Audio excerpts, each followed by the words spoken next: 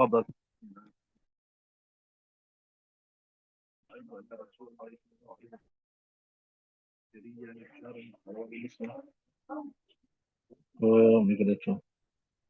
Okay, read it again. وعنه أن رسول الله صلى الله عليه وسلم قال كان زكريا Okay, بسم الله الرحمن الرحيم.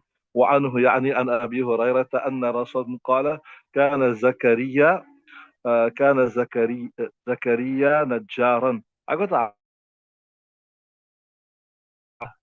That's a mistake. Was it? كان زكريا نجارا. Also narrating the authority of Allah Ta'ala anhu. He says that as Zakaria alayhi salam was a Najjar, was a carpenter. Remember I told you a random incidents from the life of the Anbiya alayhi salatu wa taslim. So as Zakaria alayhi salam was a carpenter. So from this also you learn, there are many hadiths that speak about the virtue of earning with your own hands. Yeah. Was it hadith? Another hadith he said, when Nabi Sam said, Kasibullah, Kasibul, I can't remember the exact words, but it goes something like this here, where Rasulullah sallallahu alayhi wasallam said that the person who earns with his hands is the beloved of Allah subhanahu wa ta'ala. So sometimes persons choose different professions. Certain people are doctors, academics, some people are business persons, they earn halal income, etc.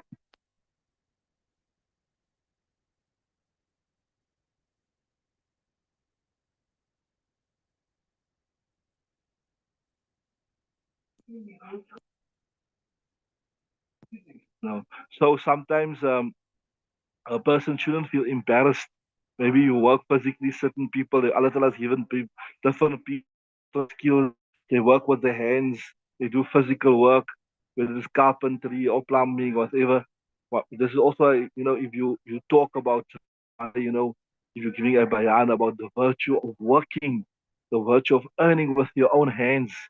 Sometimes people come lazy, they don't want to work, they want to live on handouts, they want to live on handouts, they want to live on social welfare, etc. If they don't get a certain type of a job, then they'll rather stay at home and they won't work and they'll rather live on a handout. That job is below my dignity. I can't do that job. I can't take a job that entails physical work, etc.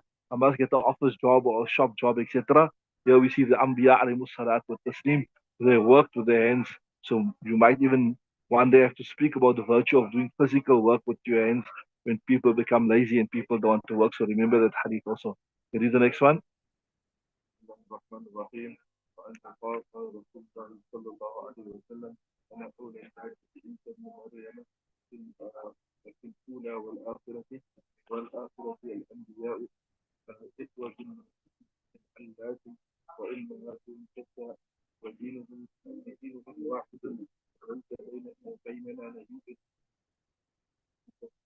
Okay, interesting hadith here. We got Bismillah ar-Rahman ar-Rahim. وعنه يعني عن أبي هريرة رضي الله عنه. الرسول said, أنا أولى الناس بعيسى بن مريم. I am the, you can say, the closest to Isa ibn Maryam, right? Right, في الأولى والآخرة, in the beginning and end. What does that mean, in the beginning and end? I'm the closest to him. What does it mean? Huh?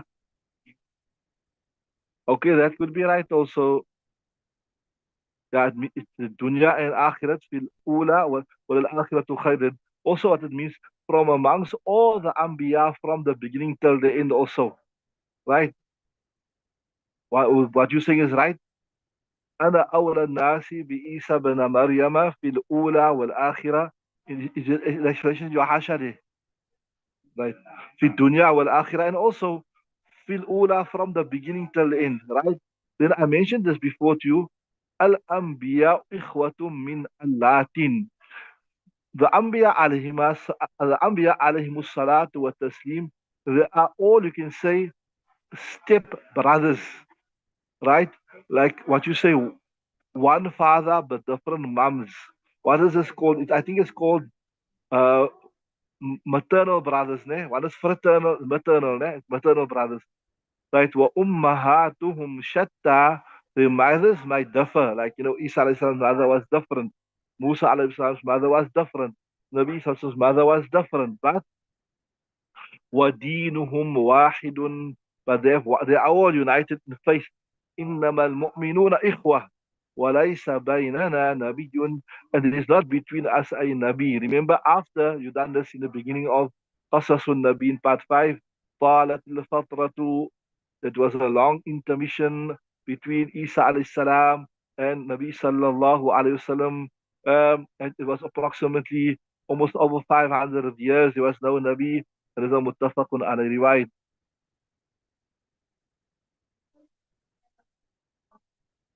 أنا أولى الناس بإيسى, I told you,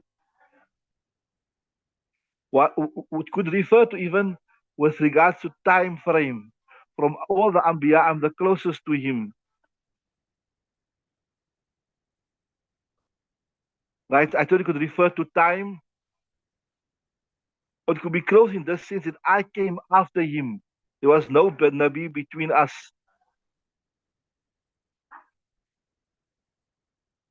That's another explanation.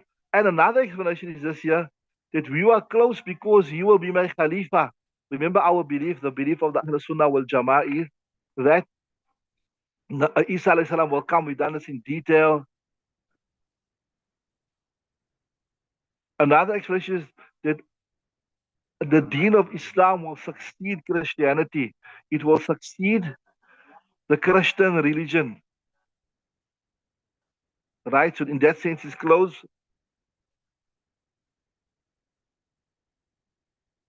Another way that we can say they are close, that Isa alayhi salam gave the glad tidings of the arrival of Nabi sallallahu alaihi wasallam. That is why also remember in your Qasas Nabi in part 5, when when Nabi sallallahu alaihi wasallam, he had his first encounter, his first experience with Archangel Jibreel. What has Khadija done? Remember, he took him to Waraqat ibn Nawfal, and what Waraqam said, هذا جبرائيل هذا الناموس الأكبر جاء موسى. This is the Archangel Jibreel that even came to Musa alayhi salam, right? So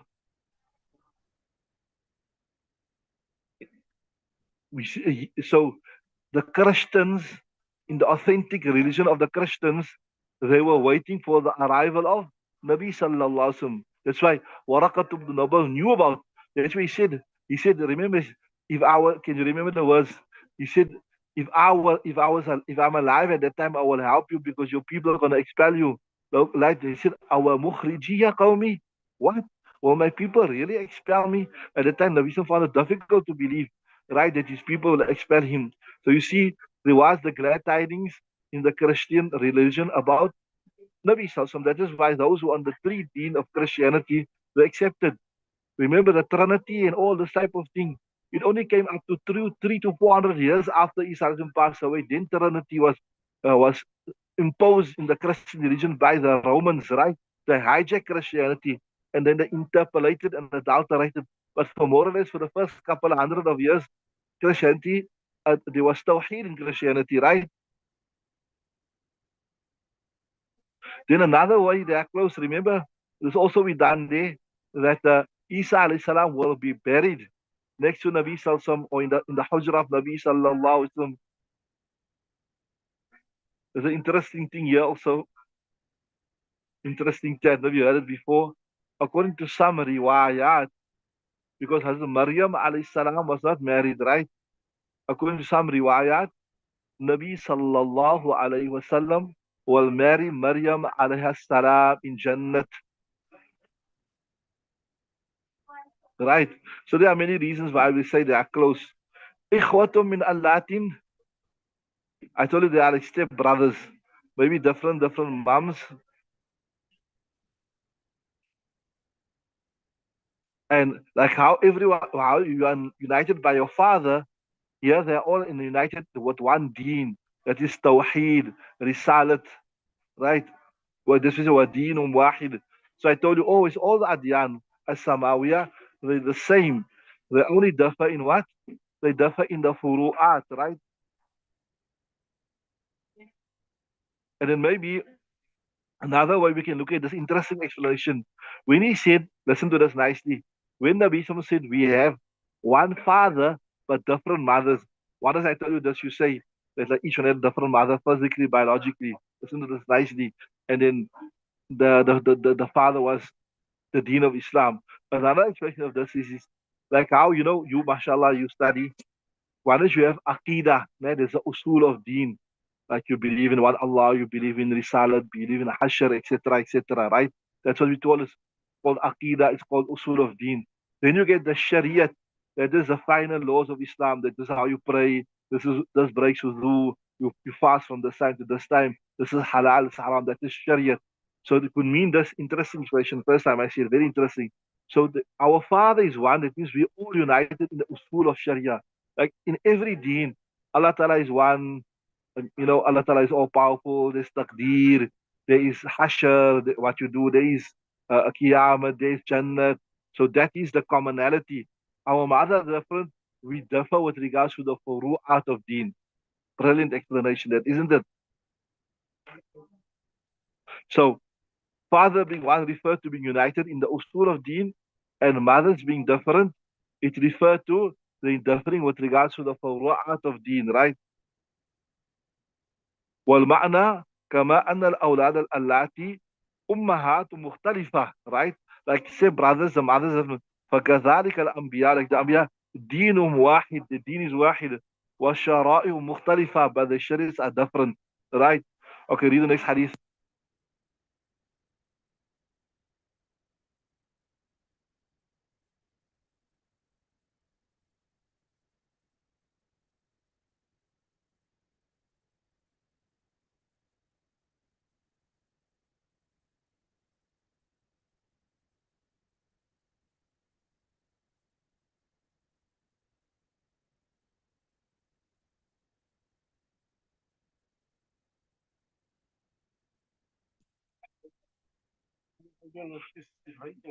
Okay. Okay, let's look at the next on عنه قال رسول كل بني آدم يطعن الشيطان في جنبيه بإصبعه حين يولد غير عيسى بن مريم ذهب يطعن فطعن في الحجاب متفق عليه. Right. Also narrated in authority of as Abu Huraira radiallahu anhu, he said Rasulullah said that all of the children of Adam alayhi salam يطعن الشيطان في جنبيه بإصبعه. When he's born, Shaitan pokes him with his finger, right? في جنبيه بإصبعه حين يولد, when he's born, غير عيسى بن مريم, beside Isa ibn Maryam, ذهب يطعن, he went and he wanted to poke him, but فطعن في الحجاب, he only poked him in the insane, on the covering around him. متفق عليه, there's a متفق على riwayat. Okay, so two, three things we learn from this hadith. That normally when a child is born and the child is screaming, yeah, yeah, yeah, that is the poke of shaitan, right? We have full yaqeen in the words of our beloved Nabi sallallahu alaihi wasallam, whether we see it or whether we experience it, right? That's the first thing. The second thing, so that one aspect aside. The other aspect is, remember I told you, wherever there seems to be a virtue for any Nabi, and Nabi Salsam don't explain this virtue for himself. We already discussed this. There's two ways you can approach this. When Nabi Salsam say that virtue is for a Nabi, it could be that it's taken for granted that he also has that virtue. Taken for granted that he also has that virtue. Another way of looking at it is this, that if a particular Nabi has a virtue over Nabi in one aspect, that doesn't mean his virtues of him in every other aspect as well. I tell you, فضيلة الجزئي لا يستلزم الفضيلة الكلية, right? Okay, read the next riwayat.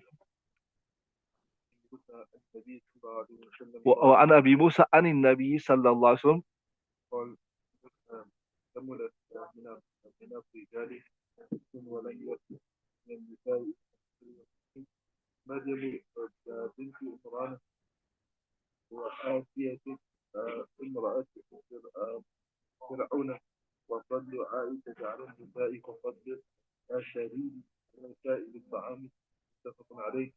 وذكر حديث أنس يا خير البرية، حديث أبي هريرة أي الناس حديث ابن عمر أي قليل من الدليل في باب المفاقرة والعصبية والعصب. Okay, interesting hadith. بسم الله الرحمن الرحيم. وعن أبي موسى narrating authority of أبي موسى عن النبي صلى الله عليه وسلم قد كمل من الرجال كثير, that many from the men, كمل من from amongst the men, many had reached perfection. In other words, they've reached high stages of wilayat. They've reached high stages of qurb. They've come very close to Allah Ta'ala, right? وَلَمْ يَكْمُلْ مِنَ النِّسَاءِ, but from amongst the women, not many, إِلَّا مَرْيَمُ, except Maryam alayhi salam, bint Imran, the daughter of Imran, وَآسِيَةُ إِمْرَةُ فِرْعَوْنَ, and Asiya, the wife of Fir'aun. Then another subject matter, وَفَضْلُ عَائِشَةَ عَلَى النِّسَاءِ, the virtue of Aisha upon the woman, right? كَفَضْلِ الثَّرِيدِ, is like the virtue of tharid, على سائر الطعام, upon all the food. متفق عليه, this is a متفق عليه riwayat. وذكر حديث أنس, and the hadith of Anas is mentioned, يا خير البرية, when Nabi Sam referred to Nabi as Khair al-Bariya, wa hadithu Abi Habib Hurairah, and the hadith of Abu Hurairah is also mentioned under the subject matter, which is Ayyun Nasi Akram, the hadith where Nabi Sam asked which person is the most virtuous, right? Ayyun Nasi Akram, and there's another hadith also that's mentioned under this subject matter here, wa hadith ibn Umar, that the hadith of Umar which is Yusuf was al-Karim ibn Bakarim. He says, refer to Yusuf as the virtuous, the son of virtue, في باب المفاخرة, in the chapter of Mufakhara, والعصبية, and with regards to family lineage. So he's just mentioning here, that when this hadith is mentioned in the other abwab, there's some other hadith that's mentioned with it, right? Anyway, what is being said in this hadith here? What is being said in this hadith that normally, remember, just before we go, there's another hadith that said that that woman, she reads a 5 times daily salah. She looks after her chastity. She protects the she protects the respect of her husband in his absence, and she fasts in the month of Ramadan. Then she will enter Jannah, right? So for the woman, the standards are not so high for them. They must just do the basics, and when they do the basics, they will enter Jannat, inshallah, subhanahu wa ta'ala, because they have a lot of responsibilities. They have to take care of the children, they have to take care of the household, etc., etc. So, in keeping with that, Allah Ta'ala did not set such a high standard for them. They don't have to engage in a great deal abundant ibadat and the tasawwuf and all that type of thing, right? So, for them, what is required from them is not as much as what is required from the men folk, right? You understood that point. Now, what is being said in this hadith here is that Nabi Sallallahu Alaihi Wasallam is saying that from amongst the women, there are fewer that reach the very lofty and high stages of wilayat.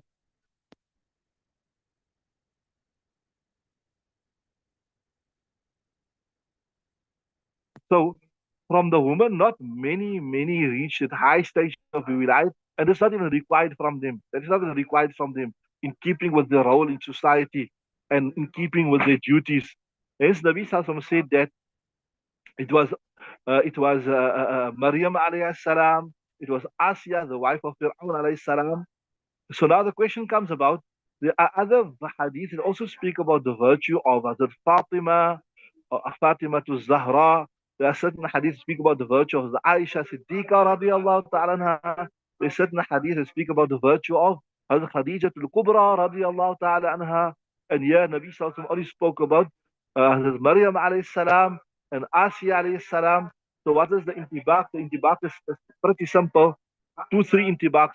One is this, you remember, this hadith could be referring to the woman from the previous That's one.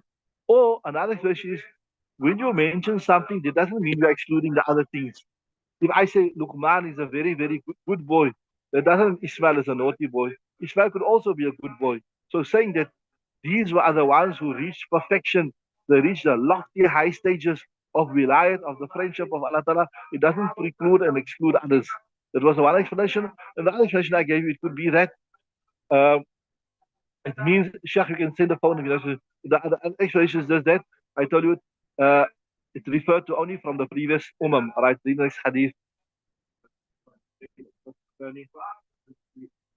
قال قلت يا رسول الله إن ربنا قبل أن يخلق خلقه قال كان في السماء ما تحته الرائد ما فوقه الرائد وخلق عيسى على السماء رواه الترمذي قال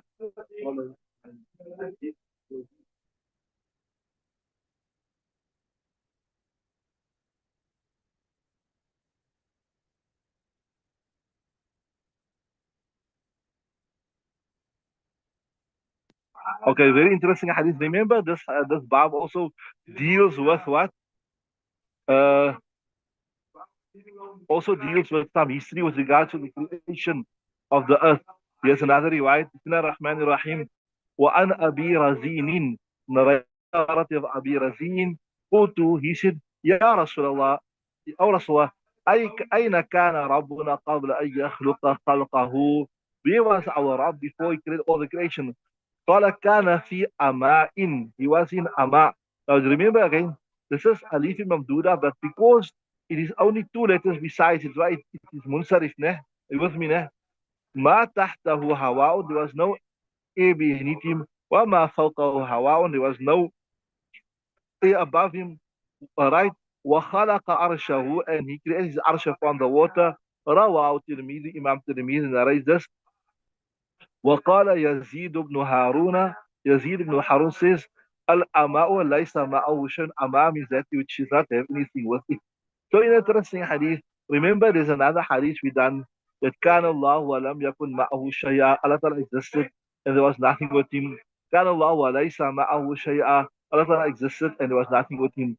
So just before we look at the explanation of the hadith, just one, two things that we covered before. Remember, we believe everything is hadith. Everything in the world is created. In some point in time, it's created. But Allah Ta'ala is not created. Allah Ta'ala was forever. Allah Ta'ala was forever. There's no point where Allah Ta'ala was created. Uh,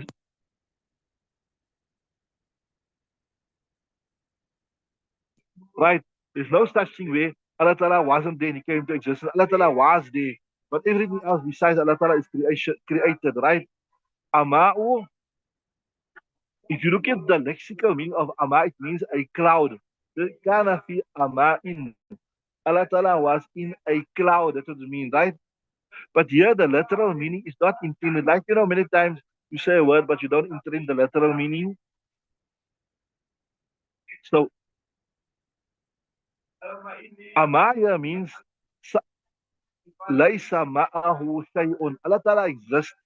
And as I said from the other hadith, كان الله ولم يكن معه شيئا وكان الله وليس معه شيئا. So that's what it means. يعني كان في أمان. Allah Ta'ala was in such a position, or he was in such a state, there was nothing with him. There was nothing with him, right?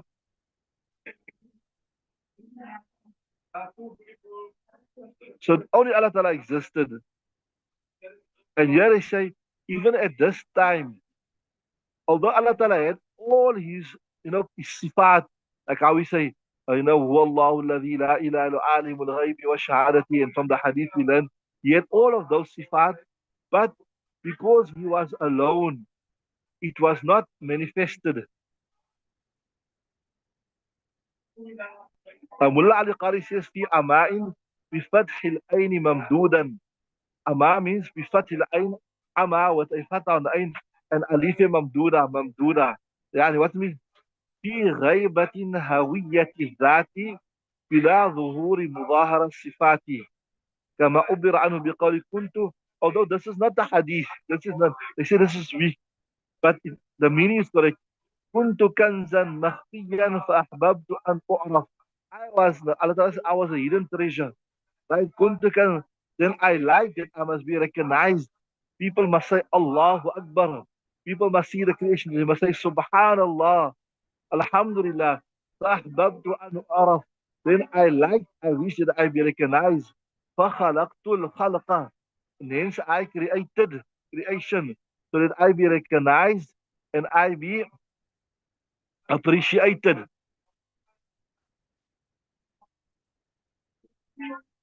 Right?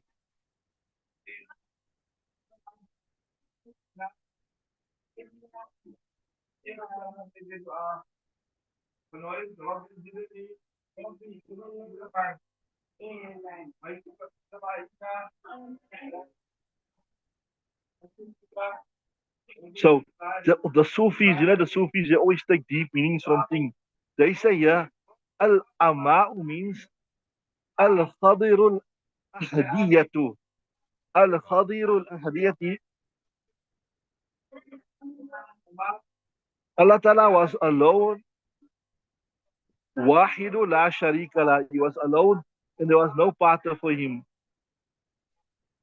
Some riwayats, you know what's the alif mamduda? Ama'an. And also alif maksura. Some riwayats is with alif maksura aman. So it was kana fi aman. Right, with the ain, which means to be hidden.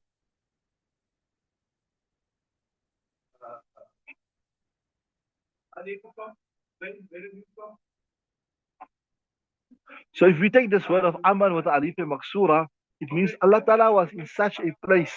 Allah Ta'ala is such a position that nobody could imagine, nobody could fathom where he is, what he is, etc. Right?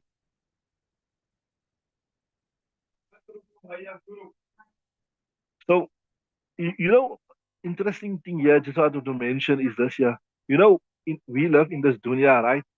And we can only think in terms of this dunya, right? So in the dunya, we we are accustomed that everything has like a beginning.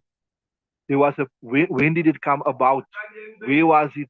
How did it come about? How big is it? How small is it? How does it look? Because that is the system in the dunya. You know, things have an end point, they have a beginning point, they have dimensions, they have qualities, etc., etc. So, because we live in the dunya and dunya is Darul Asbab, everything are governed by these laws. We only think in terms of this. So, for us to think that how can something exist forever? Because in the dunya, nothing exists forever. There's a point where it was created. So our mind is tuned to believe that something must have a starting point, it must have an end point, etc. Right? So it's difficult for us to think in this type of terms. And we find it difficult to, to what you call to unravel and all those type of things. So, but as I told you, we put akal, sorry, put nakal in front of akal. Whether we can understand or whether we can believe or we can unravel it that Allah Ta'ala existed for always and there's no we just have to believe in it. That's our iman. You understood? الَّذِينَ يُؤْمِنُونَ بِالْغَيْبِ. So we must put our rationality aside and we must just believe and accept. And that is the characteristic and that is the hallmark of what? Of the Ahlus Sunnah wal Jama'ah. Then the next part of this is ما تحته هواء وما فوقه هواء. Yeah, ma is nafia. So there was not below this cloud. I'm just giving a little translation.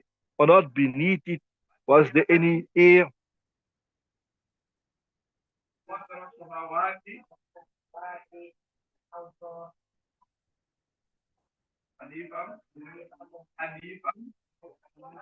So this means like I told you something.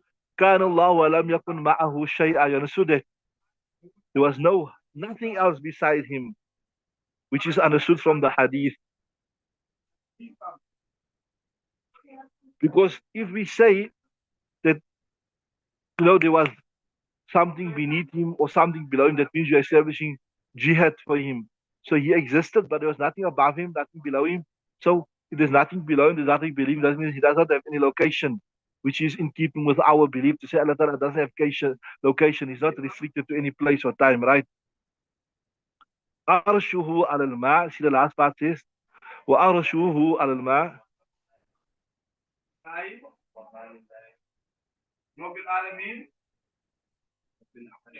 So it doesn't mean that the arch was actually on the water. But if you went down below the arch, there was water there. And then in the air was the arch, and there was nothing above it. Right. So we have to explain it in such a way that we negate space and time for Allah subhanahu wa ta'ala. Okay, there's another one. Let's do the next one also. Then we can switch over.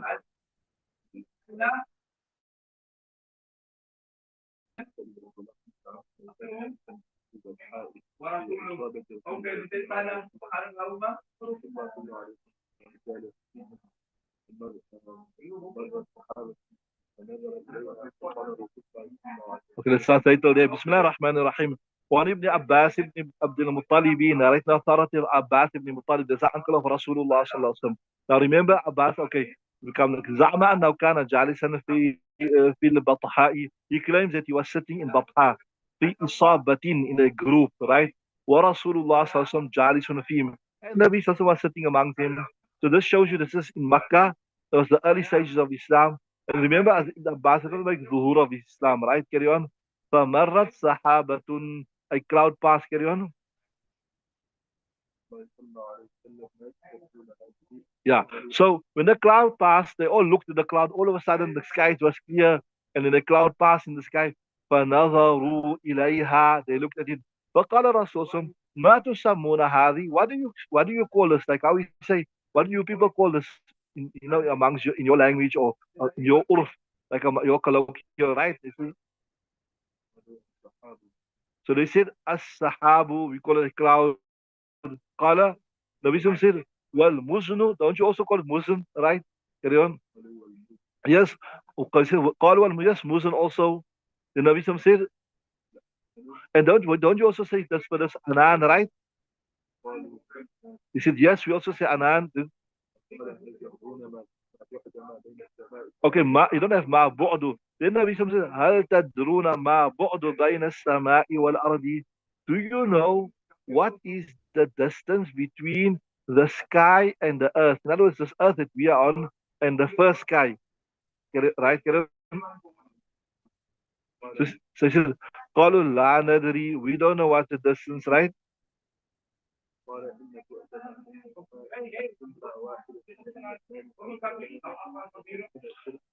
Right. So Nabi Sallam said, Inna bu'na ma bainahuma. Where is the distance between them two? Imma wahidatun is either one, right? Or imma thnani, or imma thnatani, or two, or thalathu, or three, or sab'una sanatan. So see there, it's either 71, 72, or 73 years distance from the ground to the sky. Remember I told you that the Arabs were not so clued up with numbers, etc. So they would explain distance in travel time. Like if I tell you how far is this, even we do it sometimes. How far is the masjid from here? Ah, the masjid is about 5 minutes. Although technically how far you are actually asking like how many meters or how many kilometers. But now you know that person is going to walk till there. So you say, yeah, it's about 5 minutes walk from here. If I go from here to this, how many days travel? 2 days travel, 3 days travel, you have to travel. So same thing. Sometimes distance is explained in travel time for ease, just to understand it nicely, right? Carry on.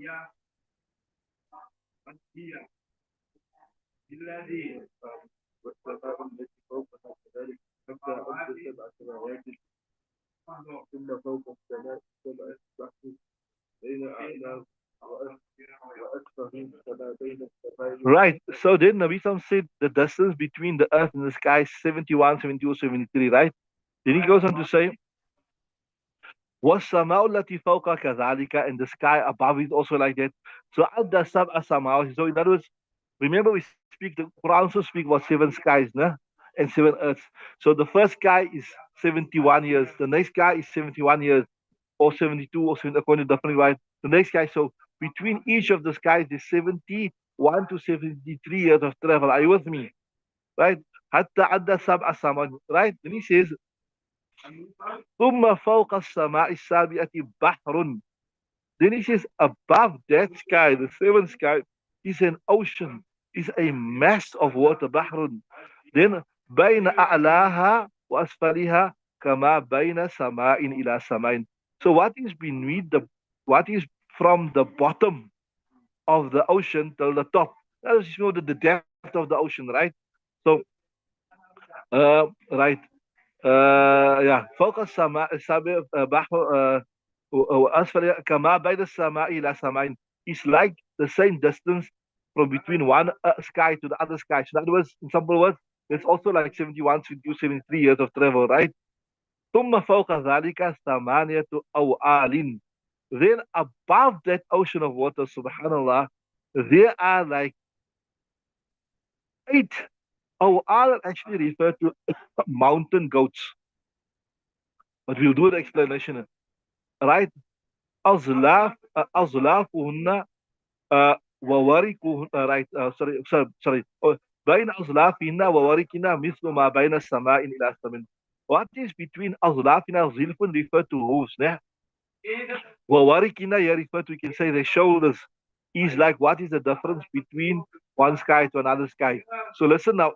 So you had this, you got the seven heavens, each a distance of 73 years. Then you got this large mass of water, 73 years, right? And then above that, you got these angels that they resemble these mountain goats, right? And they also, the height of them is a travel of 73 years, right? ثم على ظهورنا العرش. Then above that is the arsh of Allah subhanahu wa ta'ala. ثم على ظهور العرش بين أسفله وعلى ما بين السماء إلى السماء. What is between the bottom of it and the top of it is like what is between the sky to the sky, right? In other words, the arsh, the distance of the arsh of the arsh is also 73 years, right? Right?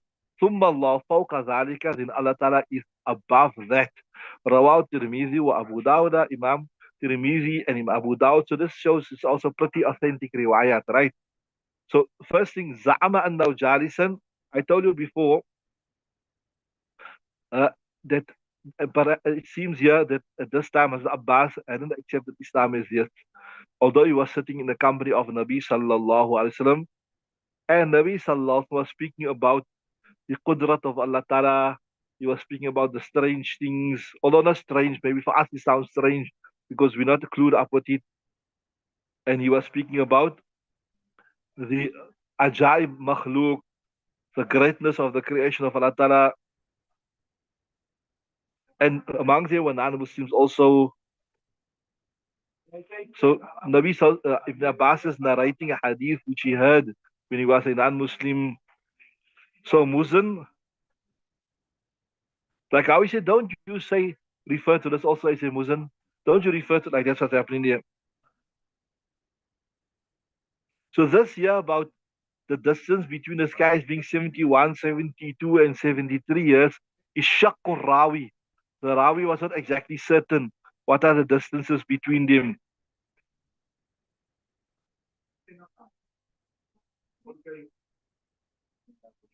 Now there are other riwayat also that speak about the distance between the skies being 500 years of travel.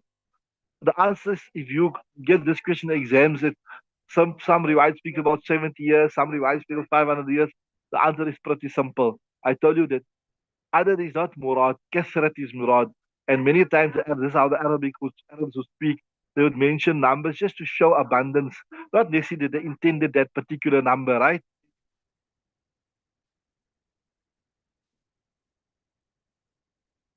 Right, even the distance with regards to this mass of water, this ocean.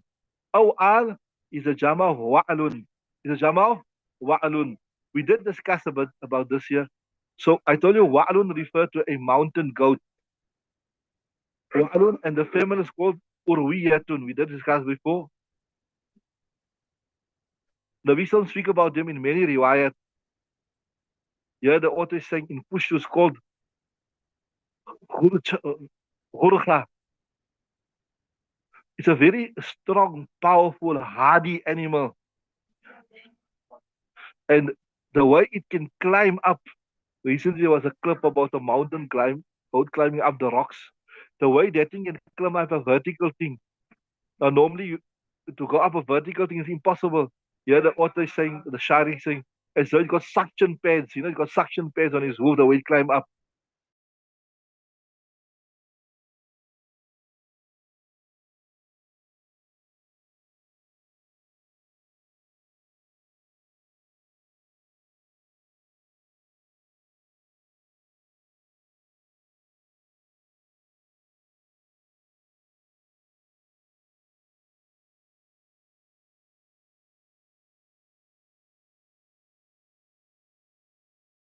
smaller than a cow but bigger than a regular goat. Regular goat. So in between there, so it's like a big deer, like a big deer maybe or something. It has huge horns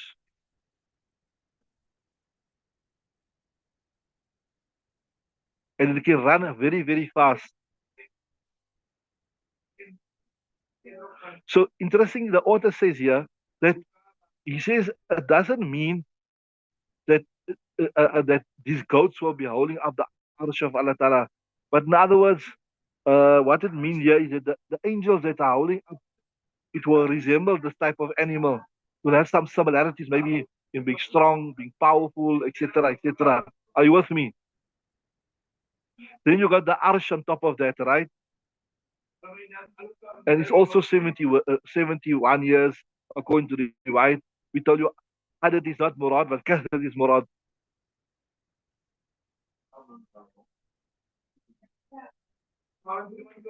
Then the riwayat says that Allah Ta'ala is on top of the arsh.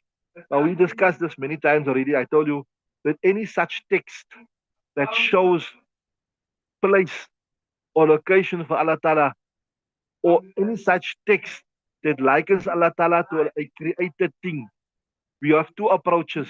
One approach is of the mutaqaddimin, we make tafweer. Whatever it means, right? Right? Or the other second approach, we make ta'wil. We say Allah Ta'ala is not physically there because created things are fixed to a place. Created things have a fixed place. Allah Ta'ala is not a created thing.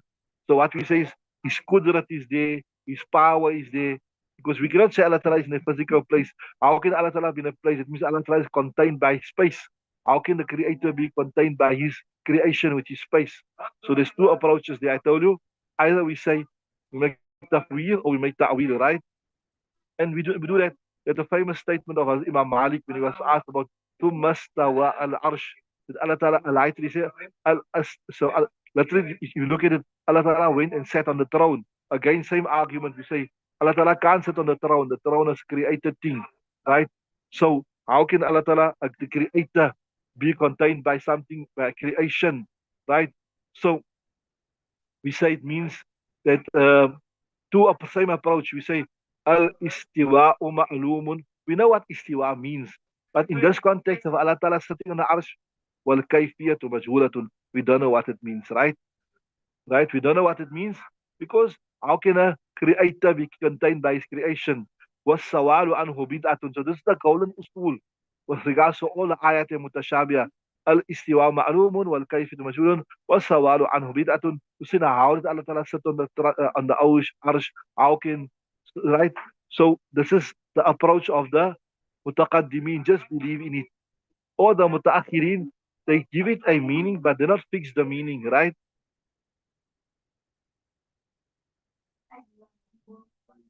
But anyway, the main thing, the crux of this hadith is to show you the qudrat and the greatness of Allah Ta'ala, the makhluk of Allah Ta'ala, etc., etc. Okay, we're going to switch over now to the tafsir later today.